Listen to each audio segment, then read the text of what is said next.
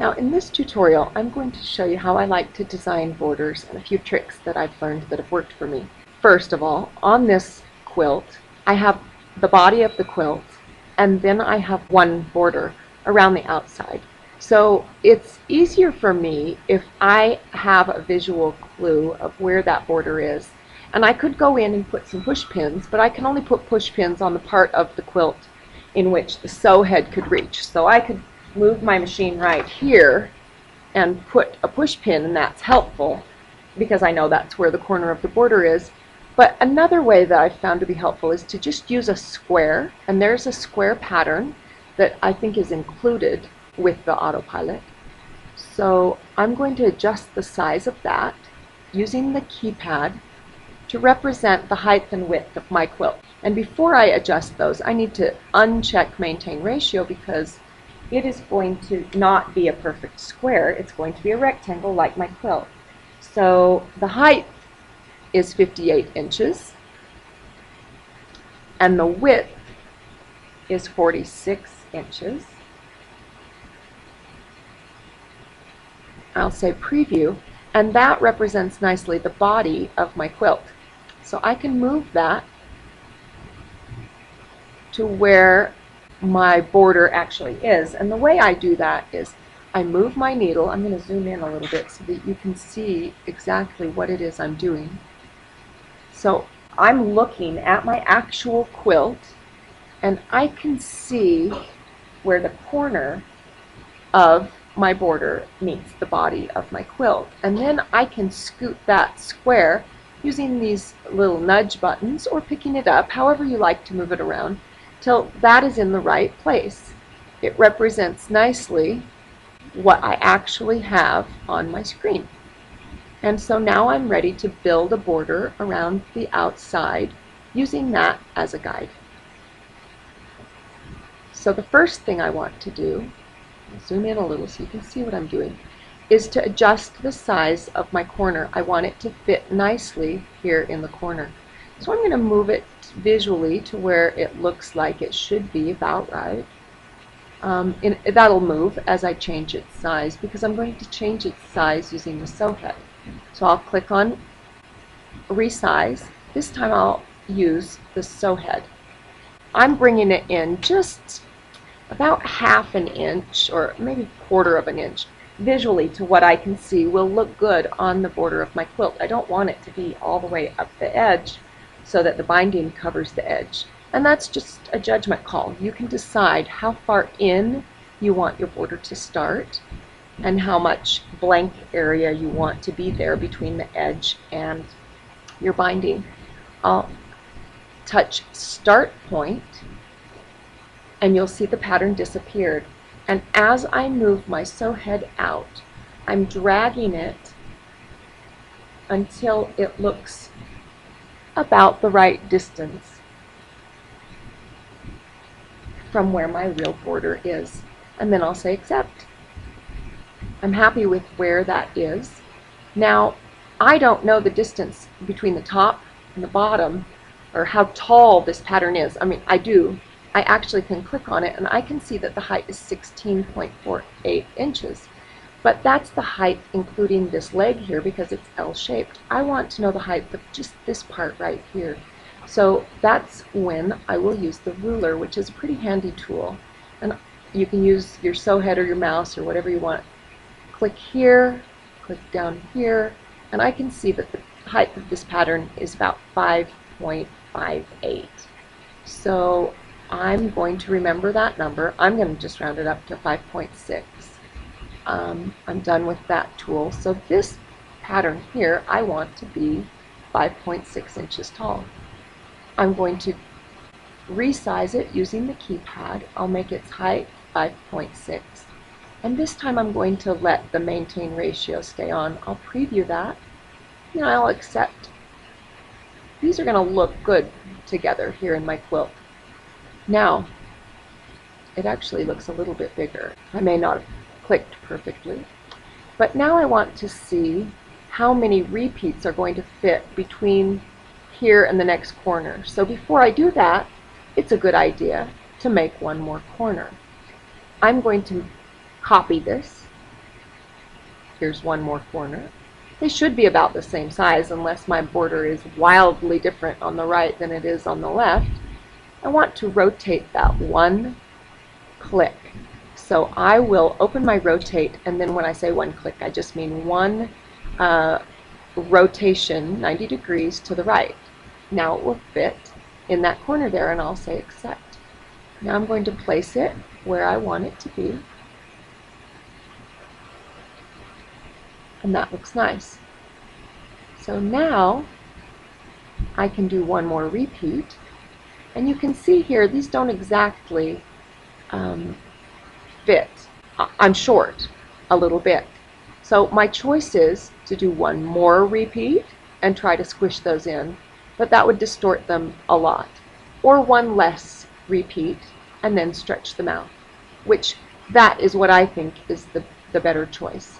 So I'm going to take these two patterns and resize them. Now this time I want to resize them without maintain ratio on. I want them to stay the same height, but I'm going to stretch them out to the right. I need to choose how I'm going to do that. And this time I'm going to use my mouse, and as I click you can see what I got there, and I'm going to drag that out. And if I right click, oh, this maintain ratio went back on. So I turn that off, and now I can adjust that until I get real close to where I want to be. If I right click on one of these grab handles, then the green one is where I will pull from to make it larger. You need to right click on the one you want to pull on.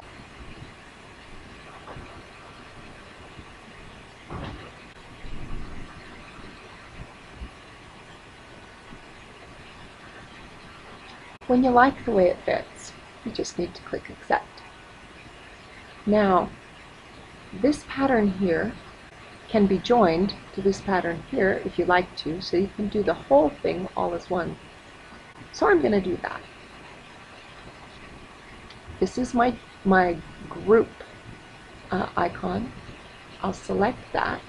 I want to attach these so that they connect to each other. So the first one is already selected, the second one will attach to it. Now that becomes one pattern. Now the third one will connect to it. I'm going to say accept. Now I can scoot that just a little bit. I could adjust its size a little bit if I wanted to. Before I stitch this out, I would make sure by moving my sew head that at no point will the pattern stitch over the edge of my boundary. If I'm happy with that, then I can go ahead and stitch it out. Now, when you're setting up the top portion of your quilt, where your sew head is, it's easy to run your machine along, and you can see if that pattern is going to be crossing over your border line, and if it is, you need to make some adjustments. But down here, you can't see, but it's nice to know, it's nice to set it up anyway. So even though I know it will take some adjustment to stitch it out, I can't stitch this as one whole thing, and I don't. I only stitch through one pass of the machine. I'm going to set up the whole thing just because it's easier for me to do that, and then I'll know if I like the way the quilt looks. I also, just to mention, I like to do that on my standalone version. You can purchase from your dealer the standalone AutoPilot, and that will work on your laptop, and you can design a quilt and then import it and stitch it out. Now when you import it to your actual quilt, it will likely need some little tweaks so that it fits in, just because your quilt may not be loaded on square, it may not be square, you may have some blocks that are out of proportion a little bit. So all of those changes can be made when it's time to quilt. So what I'm going to do now is make a copy of this little shape that includes both of my corners. So this is my copy button. I have another one, and again I'm going to rotate that. This time I'll rotate it once to the right, one more time to the right, and then I'll accept that. And if this is a perfect quilt, and if it fit just right at the top, it's going to fit just right at the bottom, right? Right, we can hope. In actuality, when I get there, of course, I'm going to have to make sure it all fits. This extra piece here, if I remember the height, that will be good. I'm going to create some more and do this down the side here, just like I did at the top. And then we'll separate those again when it's time to quilt them. So I know that the height of this was 5.6, if I remember right. So I'm going to change that with the keypad again. 5.8. So there we go. I'm going to accept that. Then I'm going to rotate that. Now notice that this pattern has a little extra flower on the right and not on the left. It's directional. They're meant to hook together. It needs to be rotated once also. 90 degrees to the right will work. And now this will fit right here. So again, I can zoom in on this area a little bit. Put it about where it goes. And then I'll make more repeats again. Now I need to decide 3 or 4. I think 3 is closer than 4, so I'll leave it like that. And again, I will now make adjustments to the size of it using the grab handle. So I go into the resize. Again, I have to reset to mouse. I'm going to take maintain ratio off, and then I'm going to pull it out so that it touches that. Now when I stretched it out, it got a little too tall from the way I did that. So here we go. I'll shrink its height, leave a little bit of room on the right.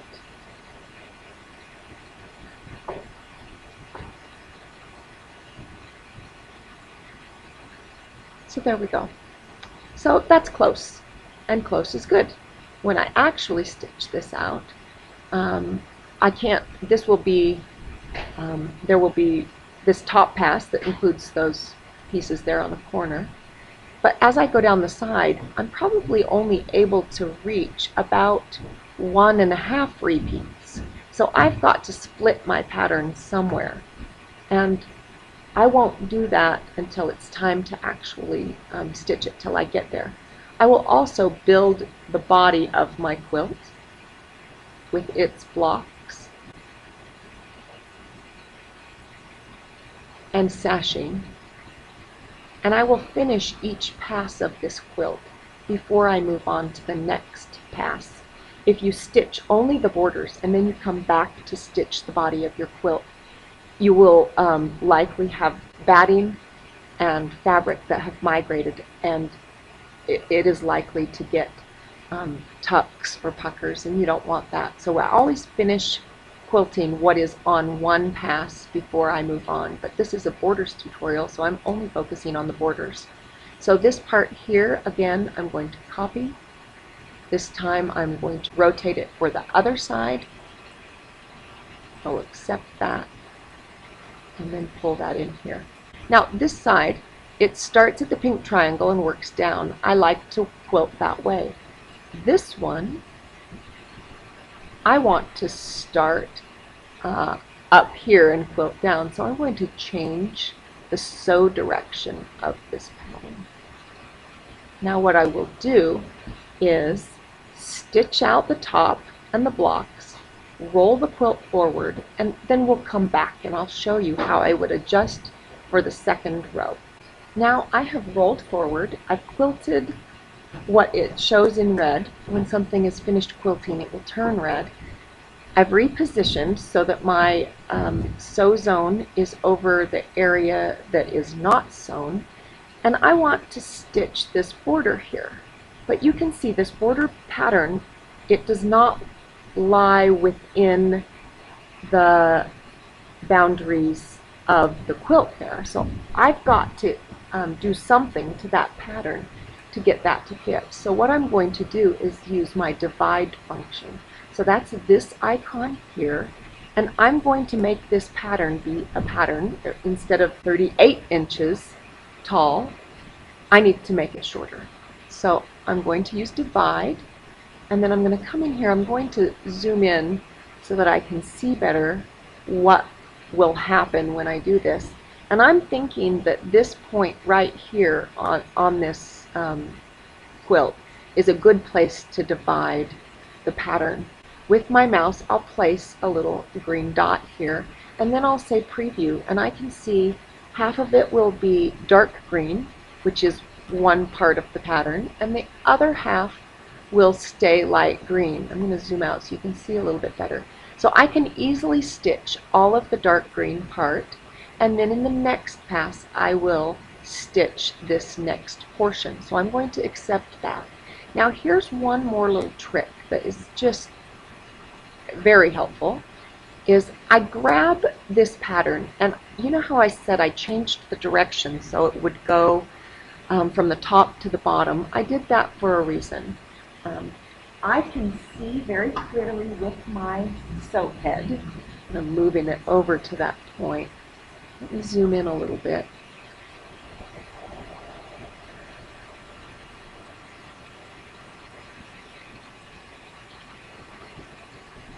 As I zoom in, I can see clearly that these two don't match, and I'm not worried about that. And if this red portion doesn't match up with what I really see on my quilt, so right now I have my needle directly above where the pattern ended or started, the part that I want to connect to. Now, it's not exactly the same here, but I don't care. It's very close. It's because when I rolled the quilt forward, I'm working with fabric. It's not wood. There's a little bit of shift in there. There's a little bit of draw up. All of these things play into the equation, and I'm not worried about those things. So what I'm going to do is I have this pattern selected, and when I use my grab icon, it will jump so that the starting point of this pattern is exactly where my needle is. And I have my needle exactly where I want it to start based on what I see on my quilt. So I have it in the right place. I'm again going to look at this red line, and I can see if I drop the quilt by touching that, if you don't drop it, it will stay attached to your needle like this, and you can move it right to where you want it to be, which you can see exactly what's going on the quilt, not on the computer. Drop it there. Now I can move my needle over and follow the border edge down and make sure that at no point this border pattern is going to cross over into the body of my quilt. If it did, I can scoot it, I can rotate it, I can adjust its size. Whatever I need to do to this pattern here to make it fit into that area, I will do. But I can see that it fits. So I'm happy with that. I'm going to come over and do the exact same thing on the other side so that that portion of that border can fit and be stitched.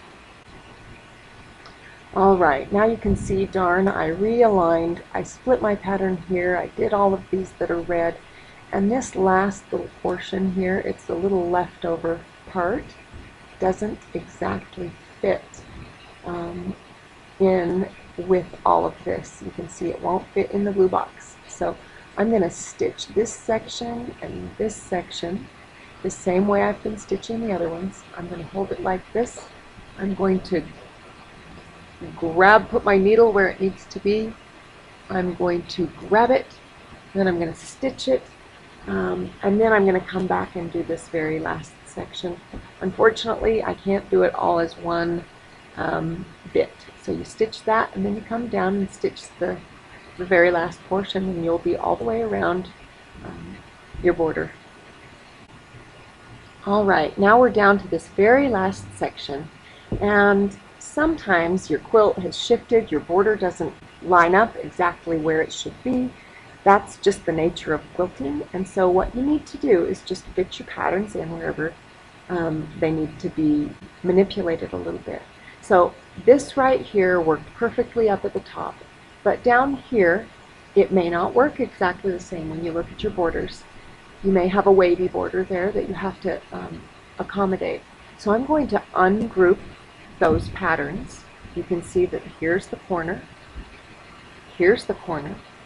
and then this here is two separate pieces. What I'm going to do is stitch one corner, and again I am going to reverse the direction because I want it to connect with right there. So I'll use the reverse tool so it will stitch in the opposite direction. I will move my sew head to right where I want that to start. I will grab it so it's in the right place. It may shift just a little teeny bit. I'm going to move that around as necessary. And then I'm going to drop it. I'm happy with where that is. Now, it's not exactly connected to these just right, and that's okay. This one, I'm going to do the exact same thing. I'm going to go over to the other side with my sew head, and I'm going to grab that. Now, this side is a little bit, the border needs to be a little bit longer. I'm going to grab it. You can see that it jumped a little bit. Move it to the right place. I'm going to make that a little bit shorter because down here it looks as if it's going to run off the the quilt. So I need to do a little bit of a size adjustment here. I don't want maintain ratio on. So here it is, and I'm going to start adjusting to bring it where it should be. No one is going to notice that that's a little bit taller than it is wide. It's not a problem. As long as it lands in the right place, that's much more important. So I'm going to leave it right there. I'm going to accept. I'm happy with that. Now you can see that these two don't fit here. So what I'm going to do here is make it just one repeat. I know that the height of that is 5.73 at this point, and I want this one to be the same. Well, this one here, again, I'm going to use that grab tool, grab it to my needle.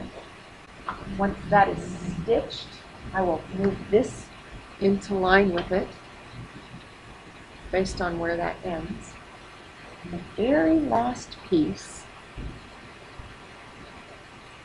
I'm going to fit in using the auto fit. So I create a new pattern. It's this one. It's not the right size. It's not the right orientation. It's all wrong. But I know a few things. I know that I want it to be 5.7. And so I'm going to use auto fit. I'm going to, with the sew head, I'm going to say where it should start and where it should end. The height, I know I want it to be 5.7 to match its neighbor to the side. So now what I need to do is move my sew head right to where this one ended, and I will add a point. That will be the start point for this pattern. So you can see the start point here is on the left, and the end point is going to be over here.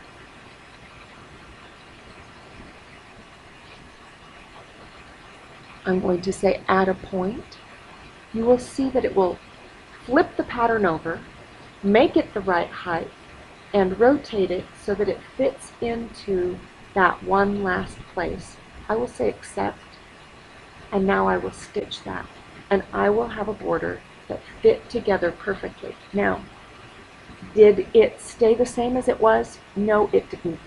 There had to be a lot of manipulation as I worked down the sides and across the bottom of the quilt because the border had shifted from where it was originally. Did this square here represent exactly where my border was? No, it did not. I actually push pins along the way are helpful for you to know where your exact border is. And then you just make sure that as you resize or rotate or fit, whatever kind of manipulation you do to those pieces as you go, don't worry about what you see on the screen as much as what you see on the quilt itself. I hope that this was helpful in learning how to create and stitch borders.